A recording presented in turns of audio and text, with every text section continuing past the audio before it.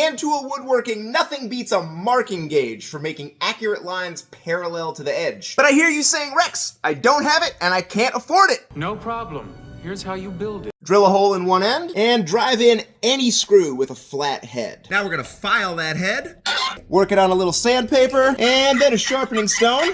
Any sharpening stone. And now it's a marking gauge. Here it is, striking a line 1 inch from the edge. Change its setting. 3/4 inch from the edge. Change the setting again. And 1/2 inch from the edge. And those lines are clear and sharp. This might not be as good as a fancy marking gauge that you buy, but it'll get you started. It's better than nothing. I think that's gonna be my new motto.